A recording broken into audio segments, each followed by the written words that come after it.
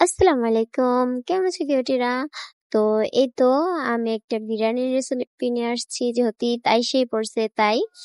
তো প্রথমে বাদামগুলা ভিজিয়ে রাখতে হইব সারা রাত্রের জন্য, পরের দিন আর কি ব্লেন্ডার করে নিতে হইব।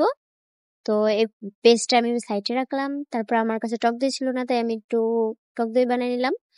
2 চামচ গুঁড়া দুধ নিয়ে নিছিলাম, তার ভিতরে একটু পানি দিয়ে নিছি, আর একটু 1 চামচের মতো লেবু রস দিয়ে নিছি। তারপরে গোস্তটা ম্যারিনেট করে নিলাম। তো মরিচের গুঁড়া, জিরার গুঁড়া, আর হইতাছে লবণ, আদা রসুনের পেস্ট, আর হইতাছে টমেটোর সস দিয়ে আর সুন্দর করে মাখাইয়া এটারে আধা ঘন্টার জন্য সাইডে রেখে দিতে হইব। তো আধা ঘন্টা পরে আমি একটা পাতিলে তেল গরম করে তারপরে আলুগুলো ভাইজা নিলাম। তো তারপরে পেঁয়াজগুলো দিয়ে দিলাম। পেঁয়াজগুলো যখন হালকা হালকা ব্রাউন কালার হয়ে আসছে, মানে বুঝেই তো যায়, তো তখন আমি দিয়ে দিচ্ছি হইতাছে গরম মশলাগুলা। তো আমি তেজপাতাটা দিতে ভুলে গেছিলাম, একটু পরে তেজপাতাটা দিব। তারপরে কাঁচামরিচ, তারপরে হইতাছে ওই পেস্ট করে রাখা মশলাটা, ওই বাদামের পেস্টটা, তারপরে হইতাছে আদা রসুন বাটা, তারপরে হইতাছে তেজপাতা আগেও দেওয়া যায়, আমি পরে দিলাম। তারপরে তো এটা সুন্দরভাবে, মানে তেলটা যখন উপরে উঠাইব তখন আর কি লবণ তা দিতে হইব। তারপর হইতাছে দিতে হইব গোস্তগুলা দিয়া সুন্দর করে লাড়াচাড়া দিয়া কষাইতে হইব। তারপরে আবার আলুটারে দিয়ে দিতে হইব।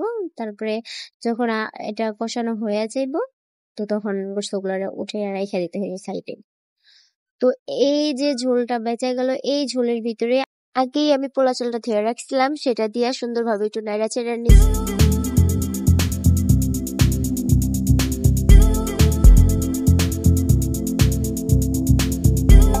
তারপরে আমি পরিমাণ মতন পানি দিয়ে নিলাম, তারপর আরেকটু সুন্দর করে নাড়া চেড়ে নিলাম। তারপরে একটু ঢাকা রেখে দিছিলাম যাতে করে ভালোভাবে সিদ্ধ হয়ে যায়। তো তারপরে আমি ভুলে গেছিলাম কিশমিশ আর আলু বাখারা দিতে, তো ওটাও দিলাম। দেওয়ার পরে একটু নাড়াচাড়া দিলাম। তো যখন প্রায় অনেকটা হয়ে আসছে, তখন আমি ওই গোস্তগুলা উঠায় রেখেছিলাম ওইগুলা দিয়ে দিলাম। তো তারপর আবার সুন্দরভাবে ঢাইকা আমি ভাপে রেখে দিছিলাম। তো তারপরেই তো হয়ে গেছে।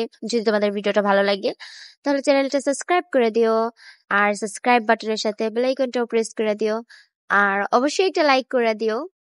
এই তো, আর যদি তোমার ভিডিওটা ভালো লাগে তাহলে তোমার ফ্যামিলি মানুষের সাথে শেয়ার করো।